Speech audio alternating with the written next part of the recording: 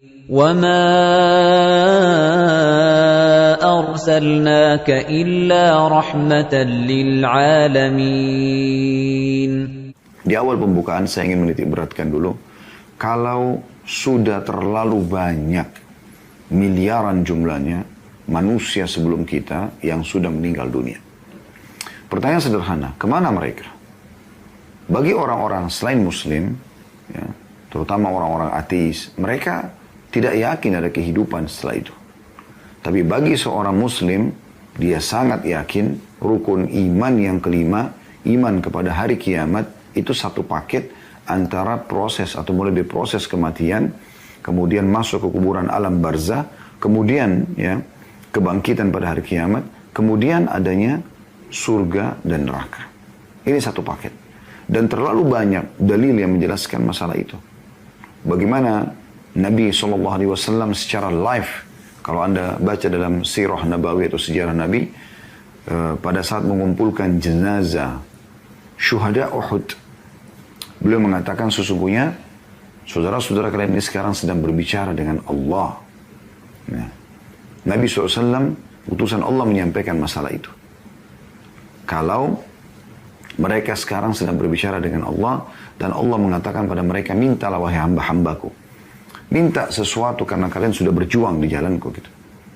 Maka kata mereka, kami hanya berharap kembali ke dunia agar kami terbunuh lagi, kemudian kami ya, mendapatkan karunia yang sama apa yang dirasakan pada saat mati syahid itu. Ya. Demikian juga Nabi SAW pernah melihat jenazah Hanzalah radhiyallahu anhu ya, di perang Uhud gitu kan, yang terkenal dengan orang yang dimandikan syahid, dimandikan junub oleh para malaikat. Waktu Nabi SAW melihat jenazahnya, Nabi SAW mengalihkan pandangan mata. Maka para sahabat mengatakan, ada apa dengan Hanzalah ya Rasulullah? Kata Nabi SAW, sesungguhnya aku melihat ya istri dari bidadari datang menjemputnya. Ya.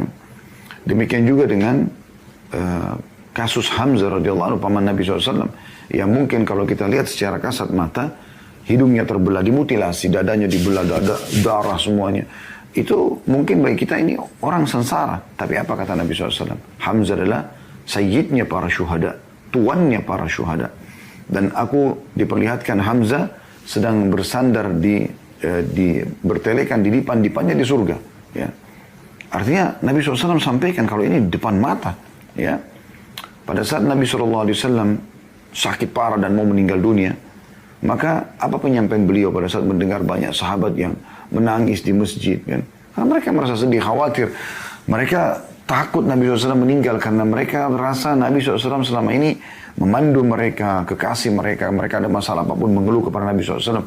Wahyu turun, ya, meluruskan kesalahan-kesalahan yang sedang terjadi dan mendukung kebenaran yang sedang ada gitu. Maka Nabi SAW keluar dalam kondisi beliau sangat lemah. Maksudnya dari rumahnya menuju ke masjid. Ya. Kemudian beliau SAW mengatakan kepada para sahabat pada saat itu ya. Mengatakan kepada para sahabat, kalau jangan kalian sedih. Karena pertemuan kita yang sebenarnya di haudku. Anda tahu haud? Haud itu telaga Nabi SAW. Ya. Yang Nabi SAW mengatakan, ya, haudku seluas pandangan mata. Ya, dan canteng-cantengnya wadah untuk minumnya itu sejumlah bintang di langit. Dan bagaimana orang-orang sebelum kita, para kaum salafus salih, dari sahabat, dari tabi'in, tabi'in, dan orang-orang sebelum kita yang pada saat berperang mereka semangat berharap bisa mati dibunuh oleh musuh. Sampai Khalid bin Walid radhiyallahu anhu, sahabat Nabi yang mulia terkenal sebagai pejuang Islam, itu merasa sedih kenapa dia setelah sekian tahun menghabiskan waktu ini dan perang berharap mati syahid, tapi dia mati di atas ranjang. Karena rindunya ingin mati syahid, dan mereka tahu, mereka sudah sangat yakin begitu ditusuk oleh musuh atau begitu meninggal, ya, dengan proses seperti apapun prosesnya, seperti kalau zaman kita sekarang kena peluru, dibom, apalah, pesawatnya meledak, apa saja. Maka mereka tidak rasakan lagi itu. Karena orang yang mati dalam Islam hanya merasakan satu, yaitu sakaratil maut. Proses malaikat mencabut ruhnya. Cuma dua keadaan. Kalau orang beriman, maka akan mudah ruhnya keluar seperti air keluar dari mulut kendi. Kalau orang kafir, maka akan sulit. Sampai kata Nabi SAW, ibaratnya seperti bulu domba yang basah, dililitkan di pohon berduri, lalu kemudian ditarik dengan keras sehingga berantakan bulu domba itu. Jadi sering kami sampaikan dalam prosesi kematian, orang kalau ditabrak kereta api, kepalanya hancur, orang yang tenggelam di lautan dimakan ikan, orang yang meledak di pesawat, seperti sering terjadi ya, pesawatnya meledak, hilang, mati semua penumpangnya. Dan orang yang mati di atas ranjang, sebenarnya dalam pandangan Islam, sama saja. Itu hanya proses kematiannya. Tapi memang dia harus mati di saat itu, di tempat itu. Ya. Tinggal dia mati dalam keadaan baik, dalam pandangan Islam. Dalam keadaan beriman, beramal soleh, ataupun dia meninggal dalam keadaan buruk. Yang dikenal dengan kematian baik, husnul khatimah. Kalau kematian buruk, su'ul khatimah. Maka ini teman-teman sekalian pelajaran. Kita dalam pembukaan kita harus memahami kalau memang dunia ini akan kita lalui. Sehebat apapun Anda menjaga kesehatan Anda, makanan sehat, olahraga, tetap Anda akan meninggal dunia. Dan di saat yang sudah Allah tentukan yang dikenal dengan ajal, apakah Anda meninggal muda atau Anda meninggal tua. Tidak mungkin orang bisa luput dari itu. Dan memang dunia ini tempat untuk meraih akhirat sana. Jadi kita ini anak-anak akhirat, bukan anak-anak dunia sebenarnya. Nabi Adam AS dan ibu kita, ya, istrinya Hawa AS, itu diciptakan oleh Allah untuk di surga. Cuma diturunkan bertugas di muka bumi ini. Makanya kata Ali bin Abi Thalib radhiyallahu anhu, sesungguhnya akhirat punya anak-anak dan dunia juga punya anak-anak. Tapi jadilah diri kalian anak-anak akhirat karena kita cuma mampir saja. Dan berapa banyak hadis Nabi SAW mengingatkan, kun fid dunya ka'annaka gharibun au abiru sabil.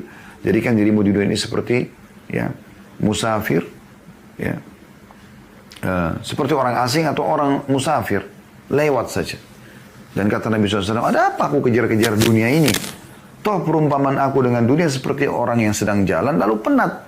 Dia mampir di bawah sebuah pohon, kemudian dia akan pergi. Jadi memang setiap mukmin itu, setiap muslim ditanamkan di benak dia dan di hati dia. Dalam syariat Islam itu penanamannya adalah akhirat tujuannya. Dan kalau sudah bicara akhirat, seperti judul kita, surga tujuanku. Memang sudah begitu. Ya.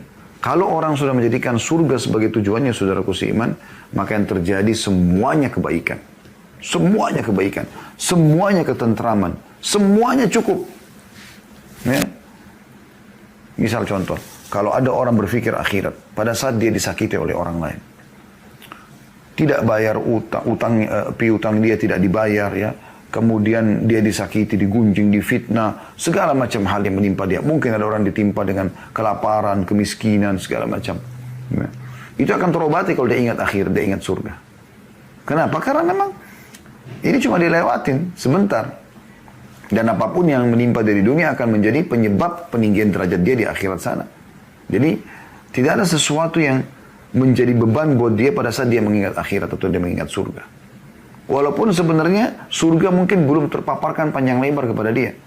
Kita insya Allah akan coba kasih gambaran pada kesempatan ini teman-teman sekalian. Bagaimana sih surga yang sebenarnya tinggal tunggu kematian saja. Satu pintu itu. Mati, Anda akan lihat semua itu. Keadaan Anda cuma dua. Anda percaya itu sehingga Anda selalu senang dan tenang. Atau Anda tidak percaya dan Anda selalu karut, bingung. Ya, seperti banyaknya orang-orang non-muslim atau orang ateis tepatnya. Orang ya yang yang memang tidak beriman kepada Allah Subhanahu wa taala, maka mereka tidak punya tujuan hidup. Tidak ada targetnya ke sana. Pada saat Anda sedang mendapatkan nikmat pun, tadi itu kalau Anda dapat cobaan, kalau Anda dapat sebuah nikmat, Anda yakin, kalau Anda yakin dengan akhirat, di sana akan lebih baik. Ya.